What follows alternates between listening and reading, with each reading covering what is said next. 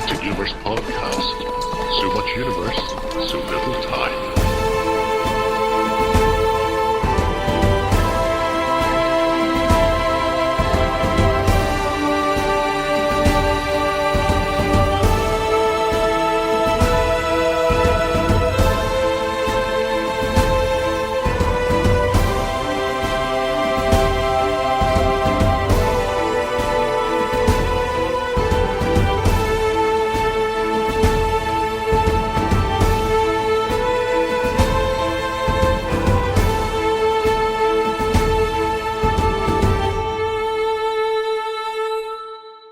So welcome to the Mantic Universe podcast. This is your host Matthias speaking, and today I'm here with a very good friend, Gad.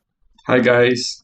And have the honor to have a short talk with Matt Gilbert and Alessio Cavatore from Mantic Games about 4th edition Kings of War. Hello. Hello. Hello. And so we jump right in and have some very specific question for Alessio in here. And okay. So how was it coming back to Mantic and update a game after you weren't involved in the 3rd edition development? Yeah, that's right. I wrote the original version in 2010, which people told me is 15 years ago, which is scary. Yep, it's quite scary. I was involved for the beginning of the game, then left this 3rd edition. Certainly, I wasn't involved, and but then came back for 4th edition. And yes, it was a very strange and interesting experience to see how the game had evolved. Basically, it's gone from the original into a system that, because the community evolved it, and particularly the competitive game and the veterans community evolved the game, it became a very good tool for serious competitive gaming. And I felt it was just a little bit more difficult for beginners, because obviously it was very specialized, very in detail for people that really understand the game, have experience of the game. So for them, worked really well. I thought that for beginners or people that never played Kings of War or never played a war game, it was a bit daunting maybe at the start.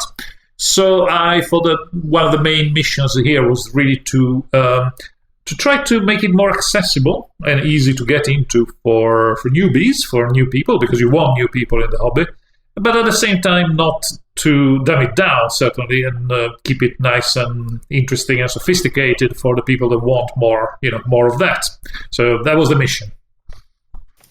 Yeah, nice. So as a quick follow-up question, so everyone who now in the last year started with Kings of War Champions should feel right at home with the 4th edition, or? Well, I mean, they certainly, obviously, they share a lot of commonality, because Champions is designed to be an entry point to rank and flank, and obviously, but it was never designed to be exactly like Kings of War. We were happy for it to be a standalone product with its own set of rules.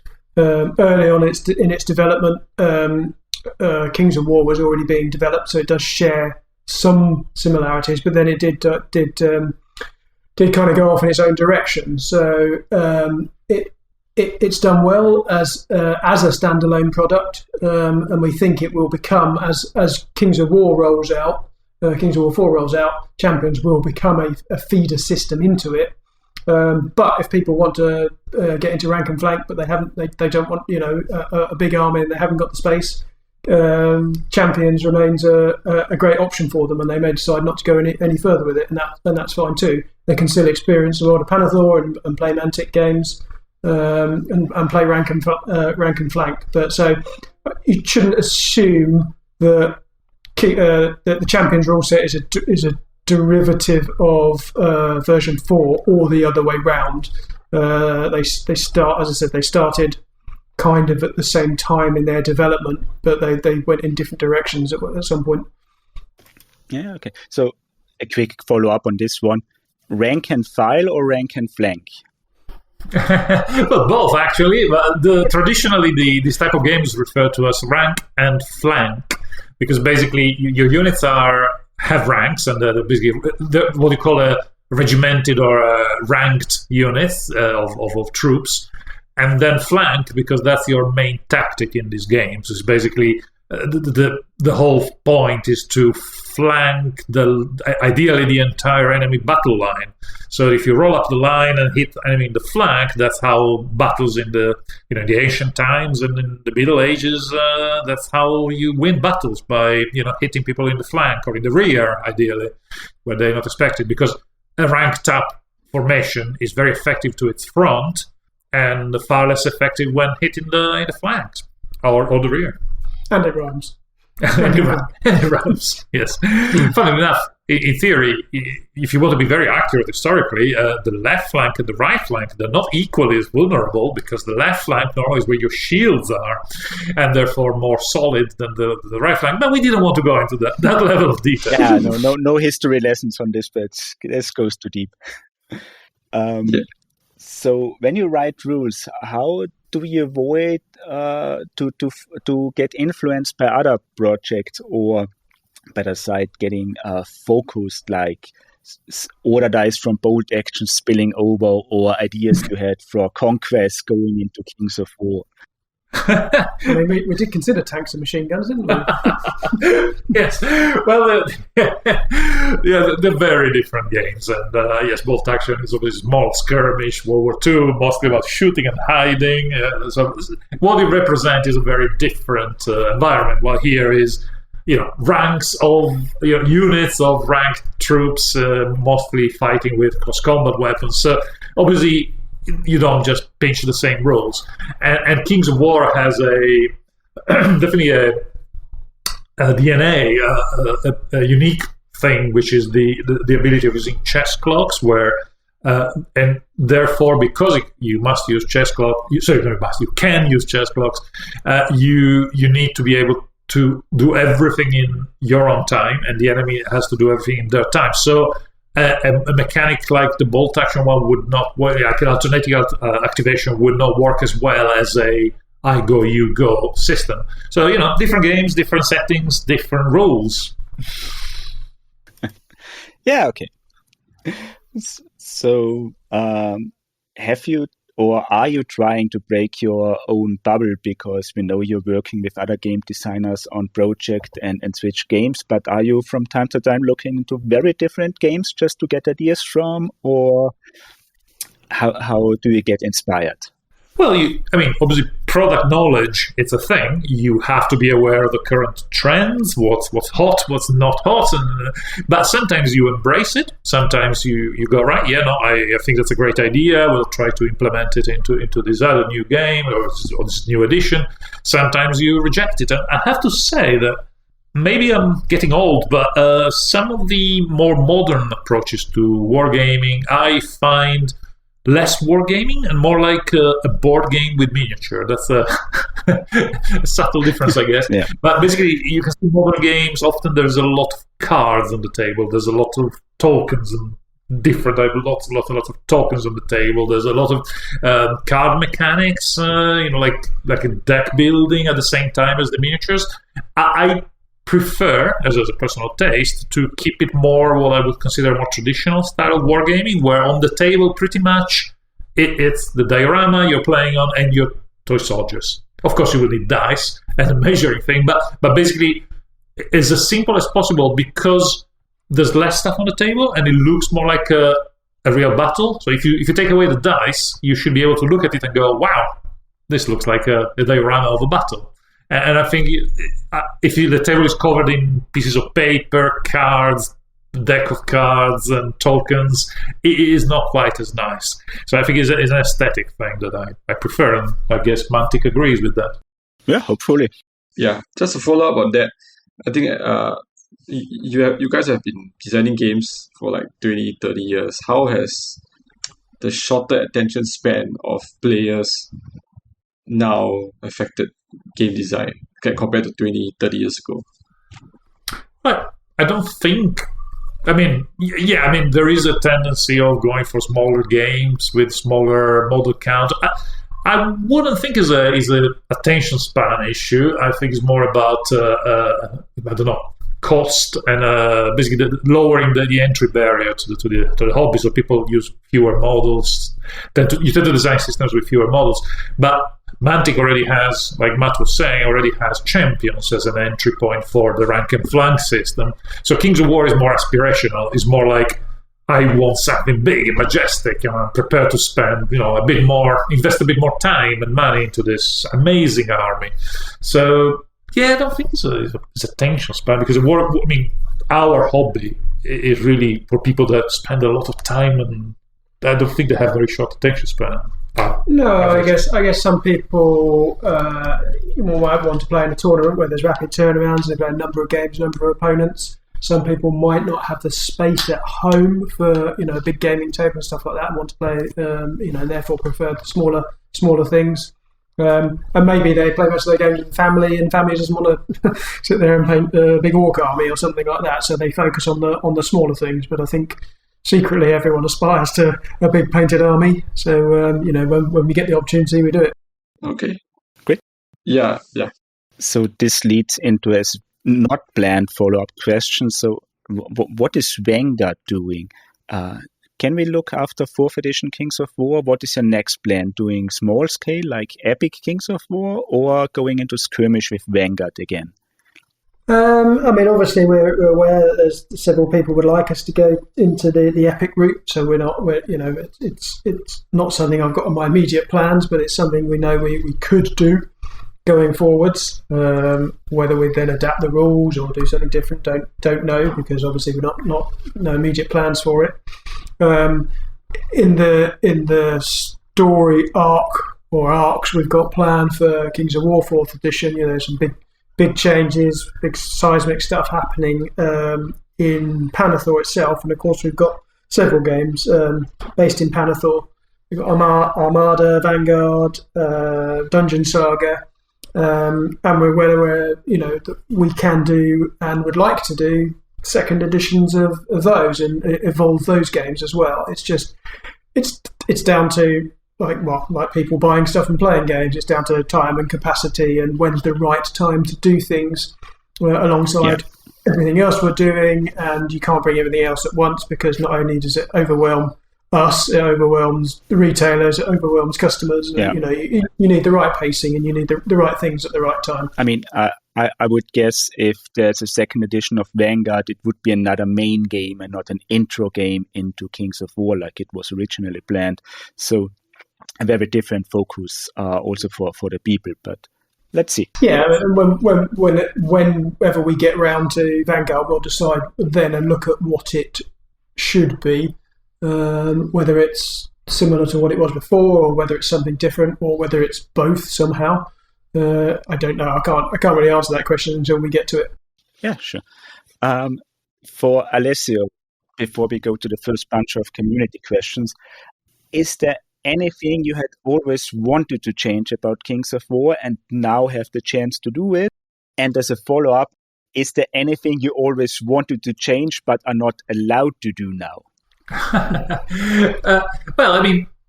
Not always wanted to change, because clearly, designing the original, that's the vision for the game to start with. But now 15 years later, certainly some things that I thought could be improved, there were for sure a few of those. Like I mentioned previously, that one of the perhaps the biggest change, which is a very, very subtle, minor change, but with a big impact, is that I felt that, because movement for me is definitely the key to rank and flank, how you move your pieces in an almost chess-like fashion is important. I wanted to give units a little bit more flexibility in the way they moved. So in 4th edition, we introduced an additional pivot when you're moving at normal speed or double speed, and which makes units more maneuverable and less predictable.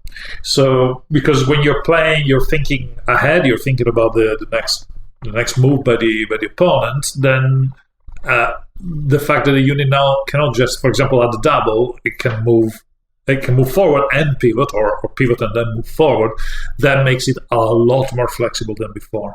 Well, before, obviously, you could only just go forward. Now, this just simple tweak to the rules, a 90 degrees turn, a 90 degrees pivot, has a massive impact on the way that the armies behave and perform. So, in a way, that's the thing that I thought I needed, I wanted to add. Perhaps the biggest thing. What was the other question? It's something that we wanted to do but then didn't do. Oh, is there something like that? There's something you wanted to do but Mantic didn't allow you to do. I think probably if I was left completely free to reign, I would have simplified things even further, as in fewer things, fewer armies, fewer rules, fewer special rules. But that's what Romney would call a commercial suicide and piss off a lot of people. It will make a lot of people upset. So obviously, and I think rightly so, I wasn't allowed to go super radically. I'm basically very, very radical in my love for simplicity, and sometimes people have to remind me that. People like grit. They like a bit more choice, and because otherwise I turn everything into minimalistic, like chess. Yeah, great. So we have now a bunch of community questions. Those are some general questions asked from different people or several times on a different communities. So, Yeah. So I think one of the questions that was asked a number of times were, are we going to ever get models, refresh models for the first 4 factions? Elves, Undead, Orcs, and of course Ronnie's favorite, Dwarves. Yes, but obviously, again, going back to we can't do everything at once, so we have to focus on things at the right time. So as the expansion books come out for this edition, they'll focus on particular armies. That focus means obviously then we focus on plastics and new units and heroes and things for those armies. Now that could be the resculpts of existing things. It could be new units. It could be an overhaul of a faction like we did with the Twilight King, where originally they were basically just dark elves, and then they got the Mantic magic wand sprinkled over them and became what they are now. Expect that to happen to a couple of factions as we go through this edition. We'll look at them and say, okay, they are getting new plastics, but how should those plastics look? Should they look like they have before, or should they look completely different with some new exciting things in?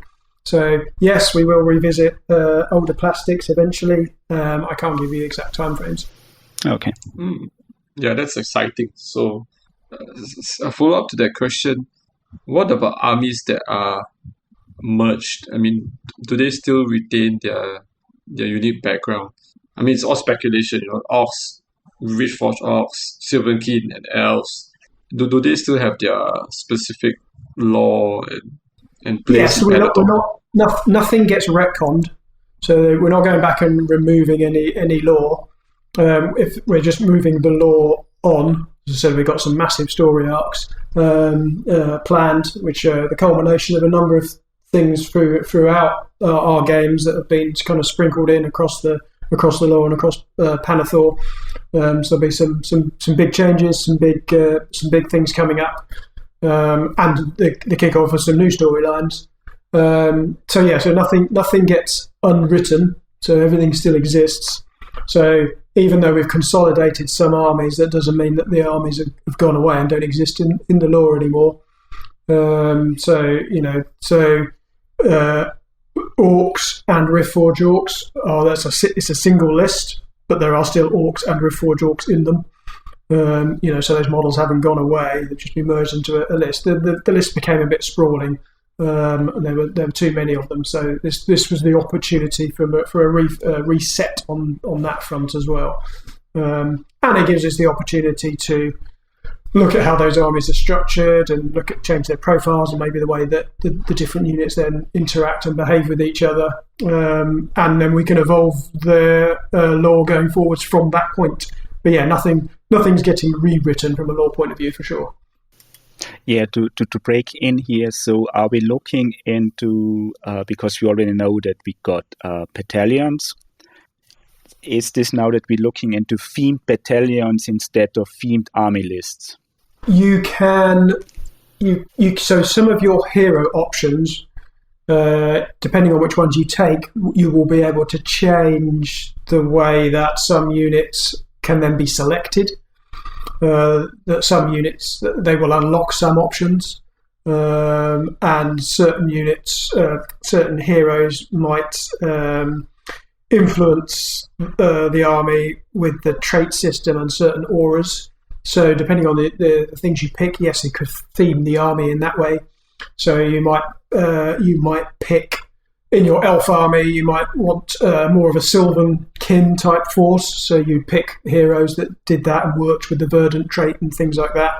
So so rather than have a master lists and theme lists and stuff like that, it's consolidated into a single list in lots of cases, but then the heroes add the flavour back in.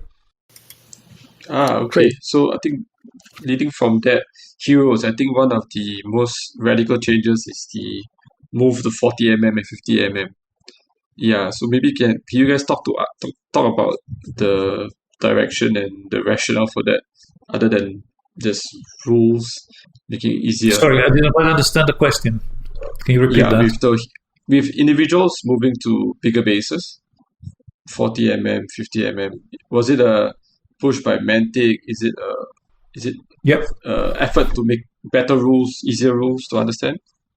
Well, I mean, it started from the models, really, in the sense that, for example, from Champions, you see all these cool new models coming through. They all have fairly large bases, and it was felt that small individuals, like a man-sized single model on a small base, looks almost out of place on a game that is based on big units fighting, etc. So they felt a little flimsy, perhaps a little too inconsequential, and so we wanted to unify them, make them feel more like units, make them feel like proper fighting. And because of the beauty of Kings of War, you can even make a little diorama and represent a character maybe with a couple of guards or a steed that they're mounted on, or some terrain. So it actually, the bigger base from what it feels like on the table, it certainly adds to it if you can make it a bit more imposing, a bit more cool to look at, frankly, like the new models that are being released.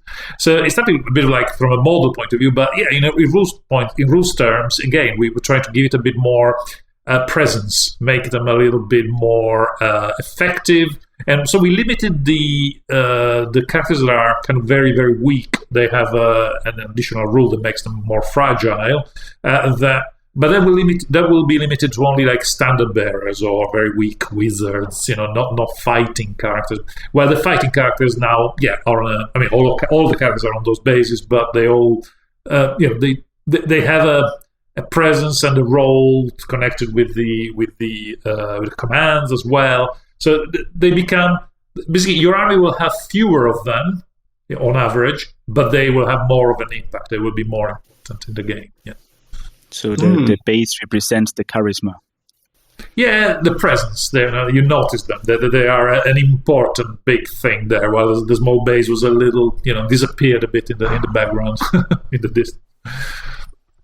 Yeah, you mentioned commands. I think after what happened with the command dice, I think a lot of the community is quite interested to see how commands be implemented.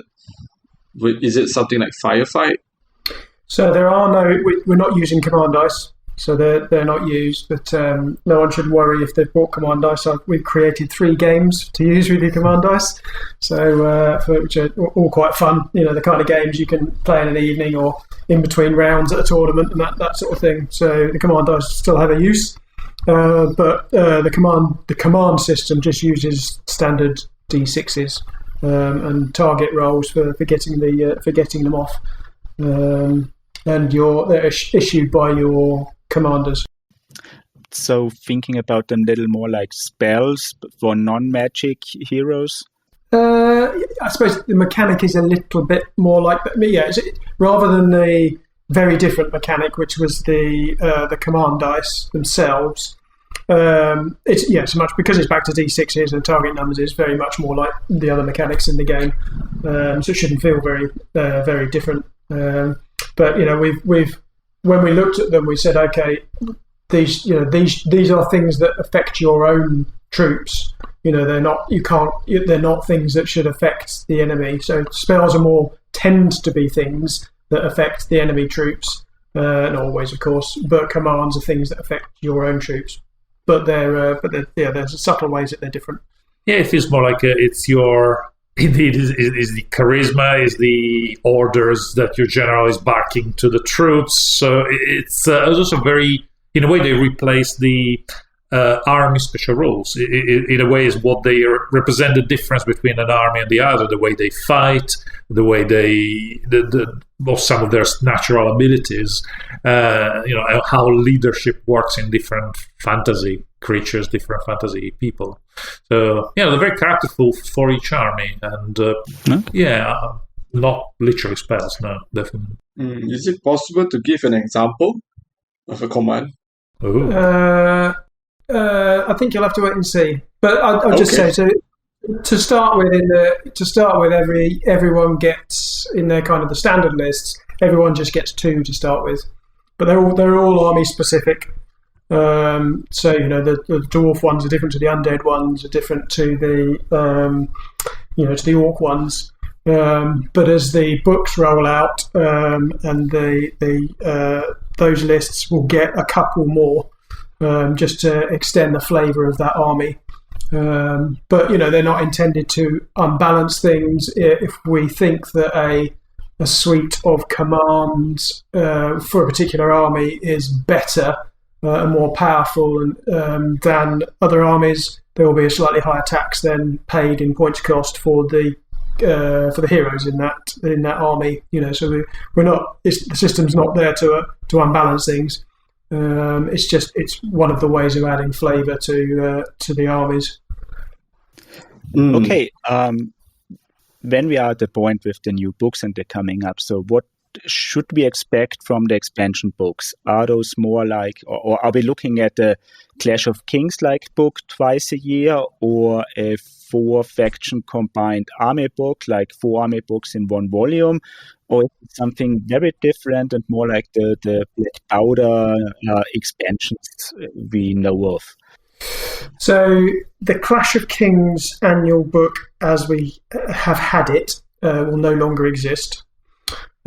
These books don't replace that from a regular balance point of view.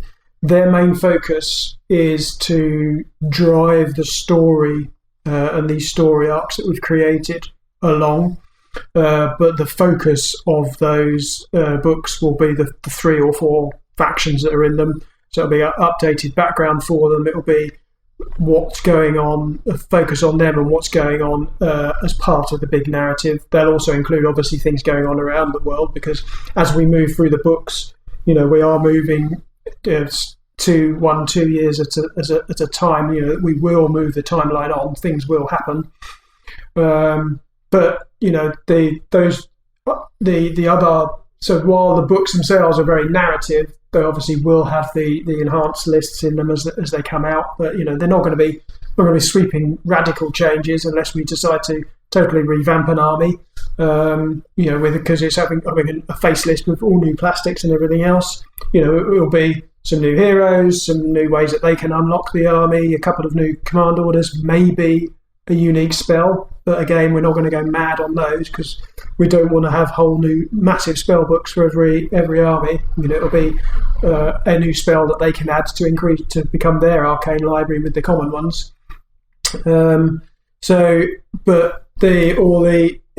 Existing players don't need to worry that they're left out and we're having to wait 6 months, 18 months for their book to come out, because the companion will become the living rule book and the living place for balance updates. So even if a book comes out that's got rules for armies A, B, C, and D, that doesn't mean all the other ones aren't going to get touched. If there's balance problems or a unit's not right, or we want to add, because part of the narrative we want to add some formations in and stuff, we'll do that.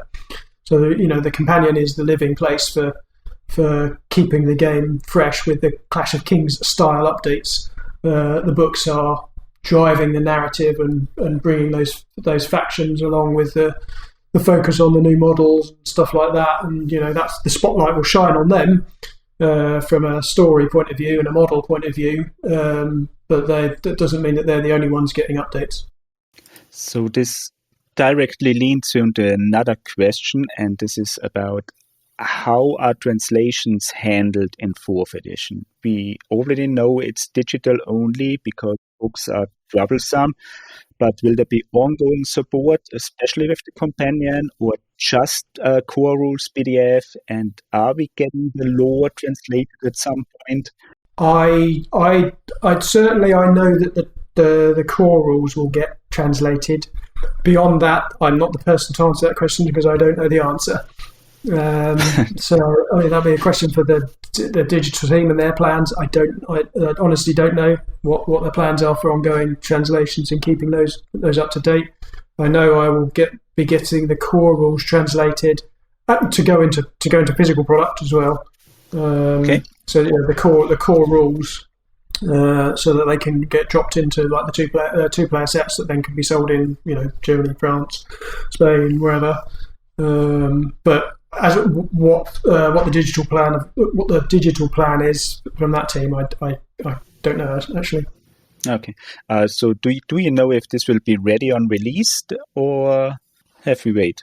It will take time to get them translated because we can't translate the rules until the English version's complete and laid out, because you then translate the layout book. So that needs to be finished first. So it won't be far behind, because if we'll translate the core rules, and what we're up to is about 40 pages or something like that, so it won't take long, but it won't be immediately on release. Okay. It will be quicker. It'll probably be quicker, obviously, to get it into the digital space than physical. But I can't give you an exact timing. Okay. I mean, I used to work as a translator at the very beginning of my career, and if you translate rules and at the same time the rules are still being developed, yeah, that's troublesome.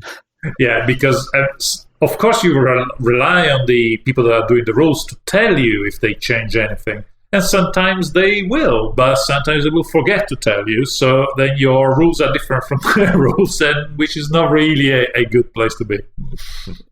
And we're tweaking and editing and finessing the rules and the book, and we'll spot something. Oh, that's the wrong points value, or that didn't get transferred from the spreadsheet properly. Stuff all the way up until we hit print. So until we've hit print and the English book's gone, we don't want to send it off to translation in case, exactly like Alessio says, you're translating the wrong thing. Yeah, so having things digital and with the companion should make things easier and faster in future in that case. Yes, hopefully. Yeah. It would be good. We don't want to exclude anyone from playing, obviously, but you just need to get that translation piece right. Yeah. Some follow up on the previous question. So the new expansion books are replacing the Uncharted Empires, or have we to expect something like this coming up in 4th? There's no. So the existing format of Uncharted Empires and Clash of Kings, those two book formats won't continue going forwards. So there's the 4th edition is the core rule book, and then these expansion books. That's what's planned. And with Ronnie said at Clash of Kings that all armies are going to get Mantic models at some point. What's going to happen to Kingdoms of Men? Does that list stay in there? Is this generic, easy for historical gamers to get into Kings of War, or are we also getting in the Kingdoms of Men list is still there. It has a lot of League of Rordia elements in it that can be taken. So so they've been merged together. Rordia players can share the same list. So actually, you kind of get then shared options. So which might delight some people. But because we don't make plastics for humans like that, they are a candidate for us at some point saying, right, this is what a Mantic human Kingdoms of Men army looks like, and it might get a complete facelift like the Twilight Kin did. So at this point, it's that thing is more than possible. But right now, I don't have any immediate plans for that.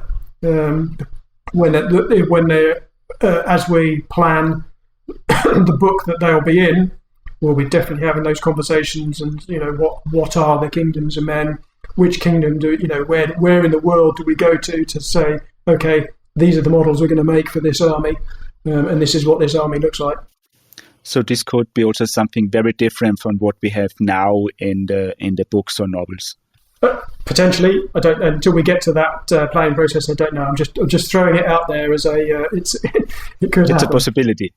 Yeah. Okay. Yeah. Simply because we don't make models of Kingdoms of Men, and there are so many Kingdoms of Men in we can go in multiple directions. We'll make that call when we get to the design process and concepting and everything else. Yeah.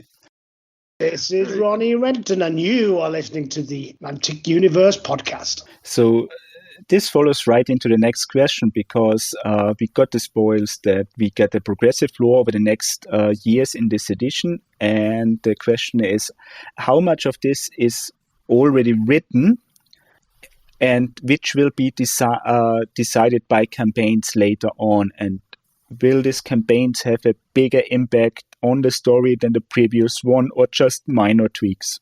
So the entire story arc from beginning to end is mapped out, and including the threads that will then, once certain things are concluded in this edition from a story point of view, new ones will start. All that's mapped out.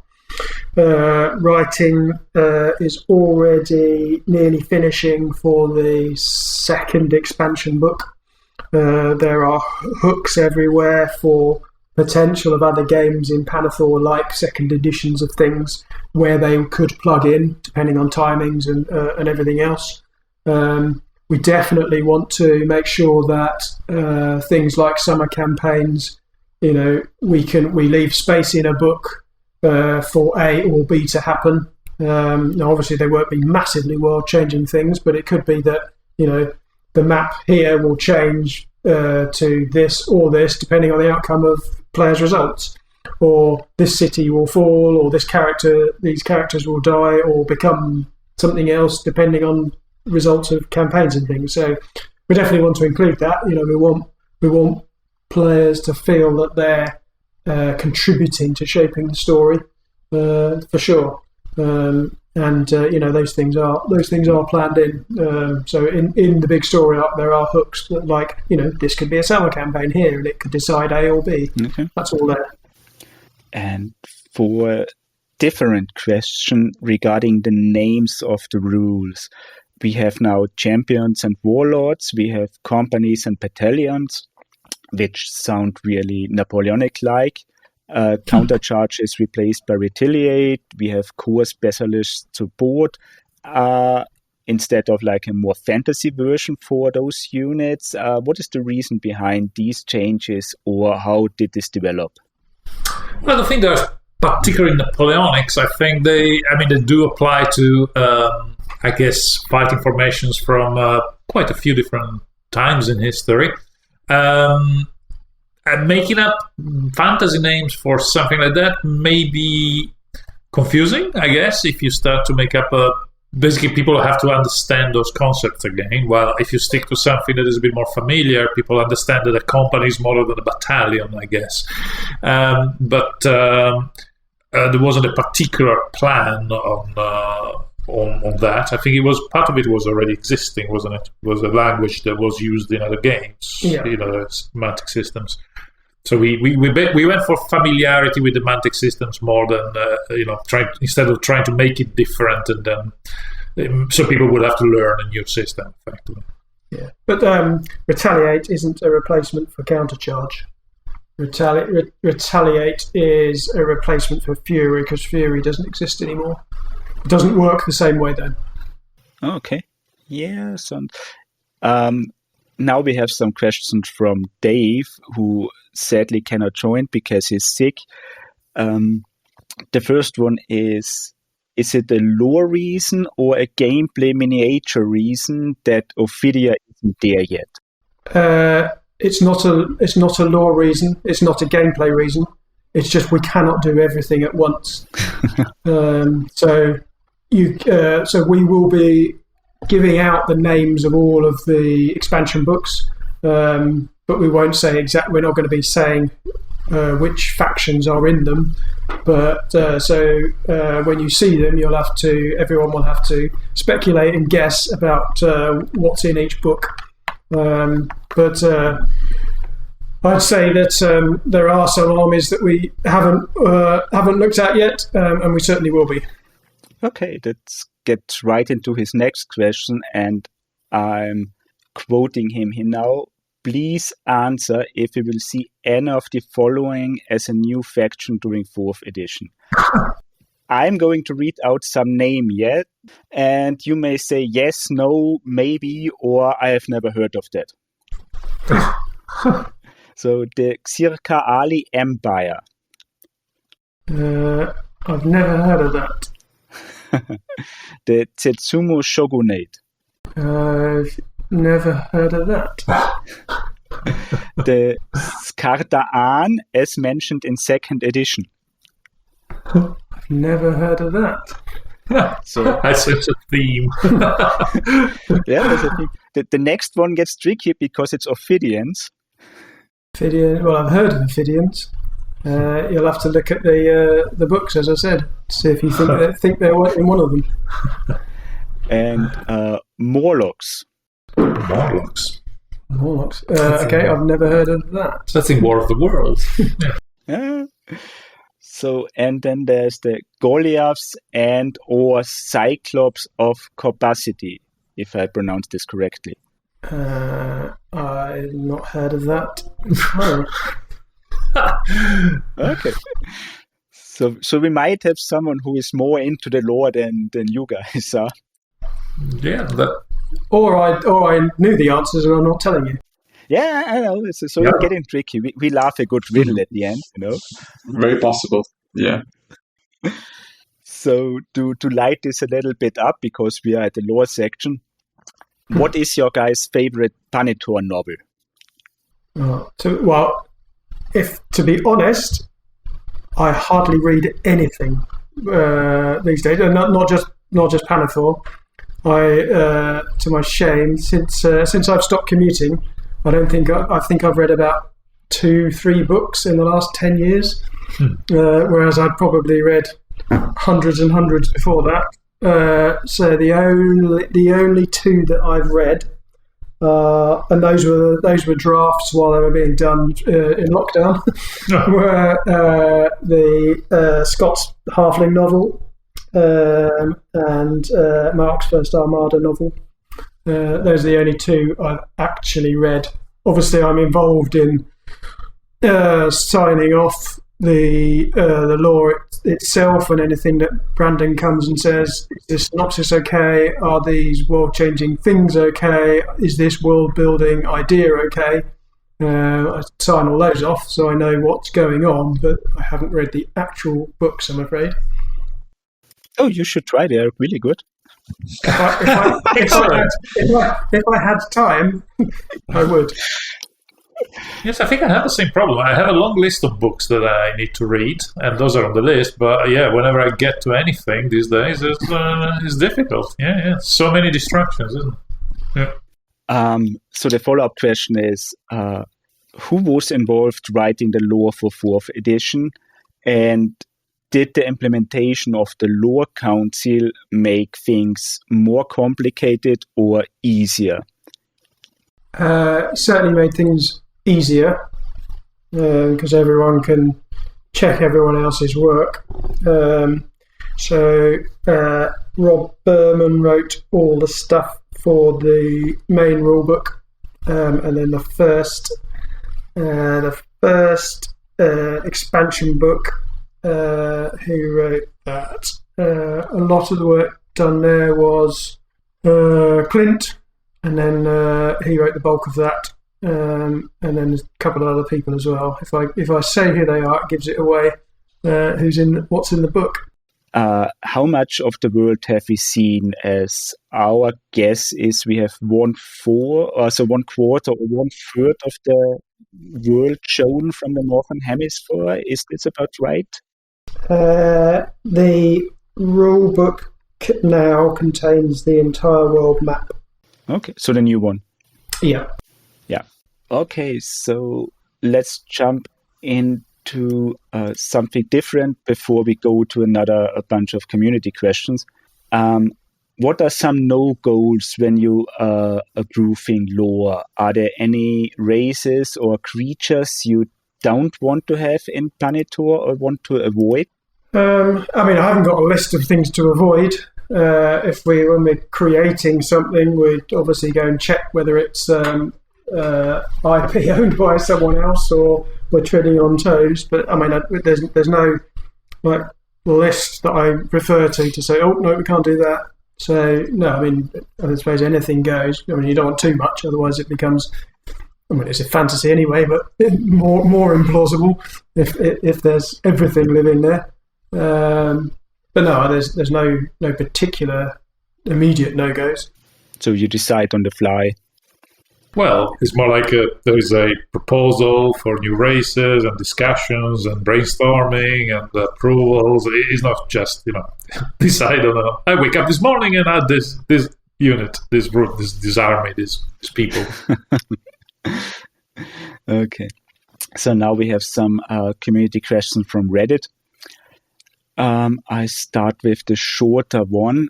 Will 4th put additional restriction on how many copies of a unit are there in addition to core support a special lit selection?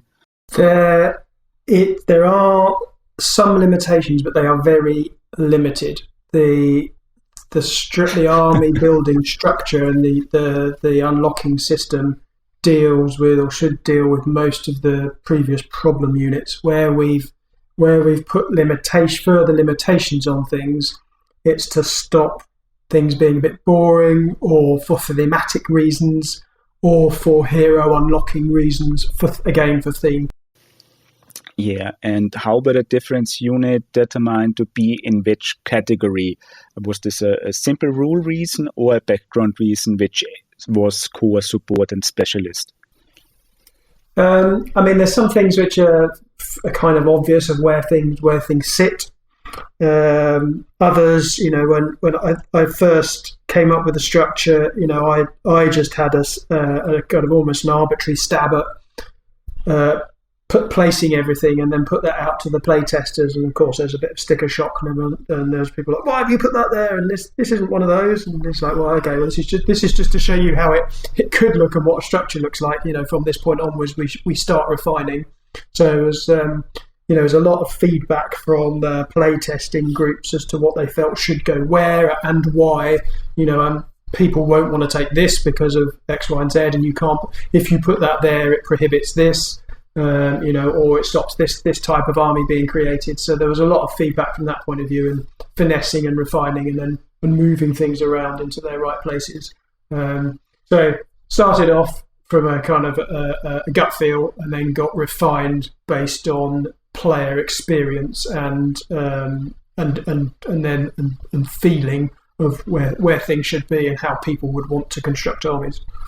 I think the outcome is interesting because when I build my own army, it feels different from the previous edition, and some of the units are more difficult to get into the army because I was like, I want 3 of these, but in order to get one of these, I need to buy first 2 of those and 2 of those, and I run out of points. So you kind of go. It makes you rethink your army. It makes you rethink your strategy because your army is slightly different. So it's a very nice refresh from that point of view. Okay. Next one is, what effort is being made to more closely align this building and the unit details with expanding lore and stories? Will we see our favorite booked characters available in Kings of War? Yes. So because we've now got the law committee as well, we're working with them, not because they're writing the expansion books. They're aware of what's coming up, and we've taken the opportunity to start moving some novel characters into army lists. That's happened, typically happen as the expansion books come out, but that might not always be the case. If there's a cool character in a novel that we want to put into an army list, we will do.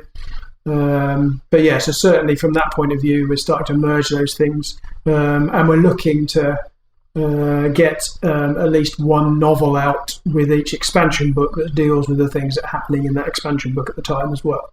So the two things are happening in parallel and with some joined up thinking. Oh, great. And last question from this batch. In 3rd edition, we have had several units that are shared between the different armies, like phoenixes, elementals, or giants. Are these units still in multiple armies, or are we seeing more distinct version of those? They are still shared units. So elementals, like fire elementals, for example, will still be in the Salamander army and still be in the forces of nature, for example. So there are still shared units. Giants obviously appear in multiple armies too. Okay, so no difference between a Basilean Phoenix and the Salamander Phoenix? Not currently. Okay. But as the edition moves on, as things change, we can tweak and adapt, and if we feel something needs more flavour, we can do that. Okay. And elementals for forces of nature, so I guess all 4 are still there, or are they going to be more? No, all 4 are still there, but we've, as part of the army, not just consolidation in how an army's structured, we took the opportunity to look at every single profile as well. So not just a new points formula for working out things there based on player experience and stuff. We've looked at everything. Does this have a role? Does this compete with anything else? Is this actually a viable option? Is anyone going to take this because this unit's much better? We've tried to go through that in every list and every army to make sure that every unit is viable and there's a reason to take it, to give people a lot of choice, but a lot of things to think about when they're constructing their army. And we've addressed them. So like elementals, we've made them all should be quite radically different from each other, so they will feel different. So while you look at your army and say, oh, my units are still there, you might look at them and say, oh wow, they're all different to how they used to be. That changes how I think about my army. Great. How much is that affected by the units that you don't have models for? Maybe not yet. Like, for example, bloodworms in the Night Stalker army. Obviously, we're closing the gap on the models we don't, the things we don't have models for. And as you said, Ronnie had said, we're going to tackle everything. One of the ways we can tackle a lot of stuff is through digital. And then we can have print on demand so that no one misses out.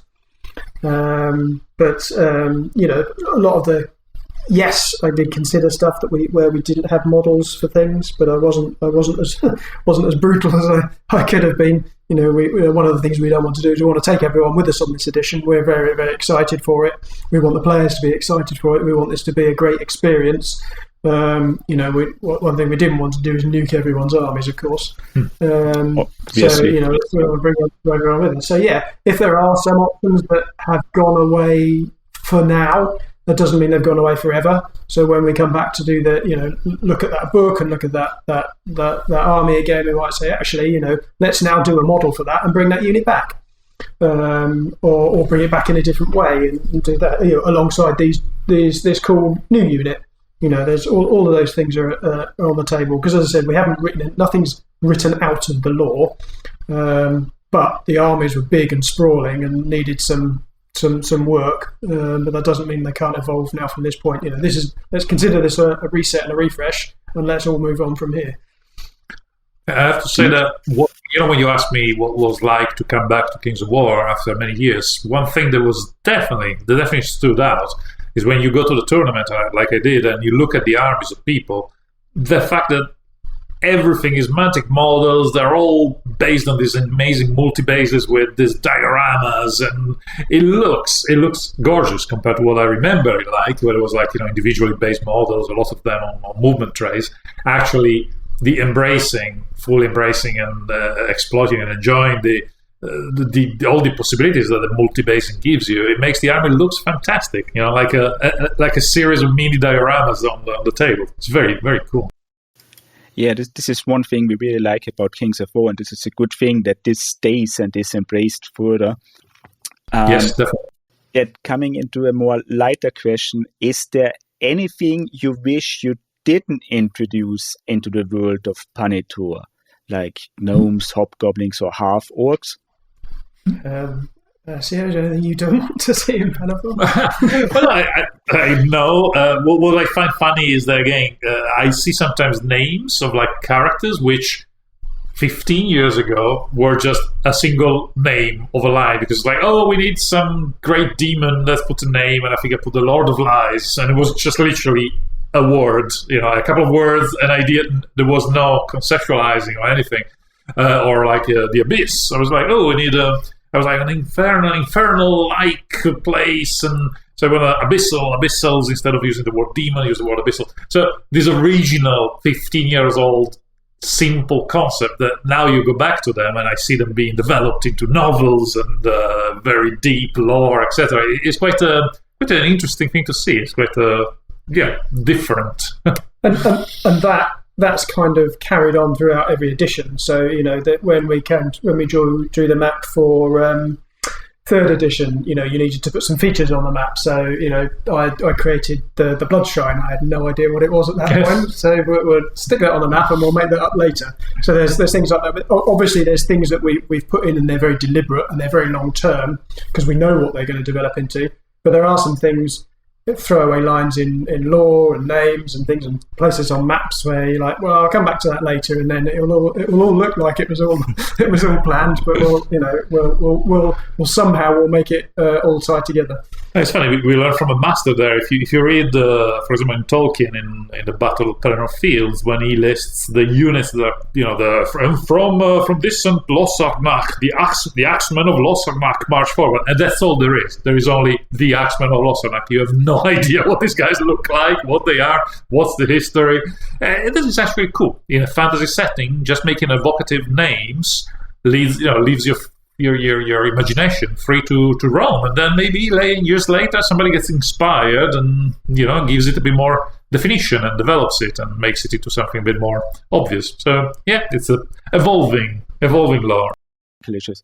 The question I wanted to ask is following into that, because keywords are removed with 4th edition, and in 3rd they were really helpful to figure out what each unit is.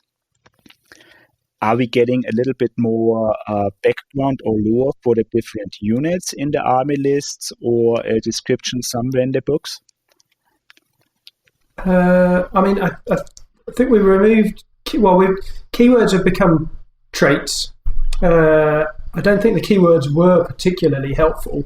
Some of them just weren't used, and there were a lot of them. So we've changed their name to traits, and they're much more. We only apply them if they are then going to be combined with commands or an aura or rallying or something like that. So not every unit will have a trait at all. It's very targeted. As the books come out, yes, there'll be much more lore talking about that faction. That faction will get developed, not just from the point of view of the story in the world as they are, now what's happening, but more into their background and stuff like that. And one of the things we want to do is create an online lore library where everything that we've written so far and everything we're going to write gets added to, so that anyone can go and look up stuff. And one of the things I'm asking the authors to do as they write for these expansion books is write extra content to go up on the into the lore library, which is kind of more of deep dive stuff. The world building stuff that people want for their RPGs. What currency these people use, what language do they speak, what are their weapons called? What's their religion? What's the typical day in life like for I don't know, a halfling scholar on a Tuesday afternoon? What does he do? That sort of thing. That's amazing, and I know Dave is going to love this one, and this is also going to really help with army building, like when you don't know what base decoration you want to use, how the formation or the diorama is going to look like. Having an extensive lore library is something really helpful here. So as we are closing in, last question from Dave. If every year there is a world-ending event, those events then are not important anymore. Are we going to get back to small events moving forward with a big event in the last years, or how is this structured now? It's quite a fine balancing act, and I don't know how you've done it in the past, Alessio. I mean, you want to engage the players every year with something exciting, but yes, you don't want to end the world every year. Yes, the ending the world every year has repercussions indeed, yes. So like killing characters is something you don't want to do too often because, you spend a lot of time building up these characters and then you kill them off and and you wasted that. It is, like you say, a balance of you have to make the threat feel, engaging so that people are involved. But yes, particularly you have to be ready to handle the outcome. If things go, bad from the point of view of the world, you don't want to literally end, do you? Because then, you may lose. Other companies have done that and it didn't go down too well. So, yes, you don't want to destroy your world. Yes. Yeah. Okay, so we're going to be a little bit exciting lore forward, but not a world-ending lore with each expansion book. Yeah, no, absolutely. So, as I said, there's a story arc that these books will cover, but in each one, the factions will have a focus and they will be very involved in what's going on, and it may be certainly threats or risks to them. But the books will also discuss what's going on in the wider world. But there's not, and the summer campaigns we run probably won't be the whole world's fighting, because that in itself is problematic, because it's like, well, how did they all get to this point? Yes. Let's invent some magical ways that they got there. But they'll focus more on this siege happening between these things here. Play those games, and that will determine the outcome of that thing. So it might be much more localized rather than world impacting. But those sorts of things will happen as well, but I think over a much bigger period of time. So, and something very different in this regard, is there any idea for historical scenarios, like going back to specific battles or events that happened in the past of Pannilore with the army lists and map laid out? Maybe. Who knows? Make a note. Yeah, good idea. Yeah, maybe. Great. And something that was already covered a little bit, in third edition, we had a separation in events between the novels and the supplements, also the Clash of Kings books, that were not really covering the same events or going into different directions, or not mentioning each other. Now you said you will try to get a novel out with each expansion, so this should be changed to the better now. Well, no, I mean, it wasn't true for all the novels. So, but where Winged Azar originally went to, they didn't want to have their novels have while we were developing the lore. They didn't want to impact on that with world-changing events. They wanted to much more focus on characters and much more localized things, because actually those are their sales figures and their marketing show that actually people want to read about characters and get involved in characters and stuff like that, rather than bigger world-changing stuff. It's it doesn't. It's I guess whether it's less exciting to people or not, I don't know. But so we don't want to stop those types of books being written from the much lower down and the character building stuff. But now we're working much closer with the authors and Wing Desire, and we've got this plan for the story arcs and what's going on. We can work more on bringing those characters into bigger events or making sure that things are referenced and going forwards. But you can always write a book that's set 100 years ago, or going back to your point about historical stuff. You can write about historical stuff. At some point, I would love to go back and write about the war with, do a trilogy or something on the War with Winter, or a trilogy about like Prince Talanar and how he left Elven home and formed the Northern Alliance over however many hundreds and hundreds of years that took him. So there's from that character's point of view, but so there's all those things we can explore and going forwards and looking backwards as well. Some of us have this on their wish list to know more about Winter's War.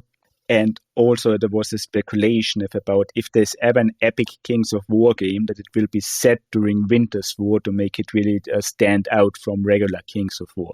Yeah, it's a possibility. It would give us a chance to write about Winter's War. Everything that has been written about Winter's War is what's been written. There's nothing else being written beyond what's in the books at the moment. So there is no other detail currently.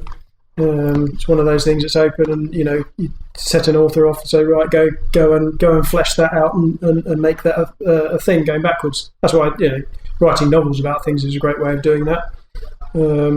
But yeah, if we ever got to epic, we'd decide at what era it was being done in, for sure. Good. Thank you for your time and coming in, answering your questions. And dear listeners, if there's any following up, please leave a comment on Spotify, on YouTube, write us on the Discord, on Reddit, and what you think about this, and if you're looking forward to 4th edition and what you're most excited about, and any future questions you have for the podcast. Have a nice day where you listen, and see you. Thank you. Thank you. Thank you.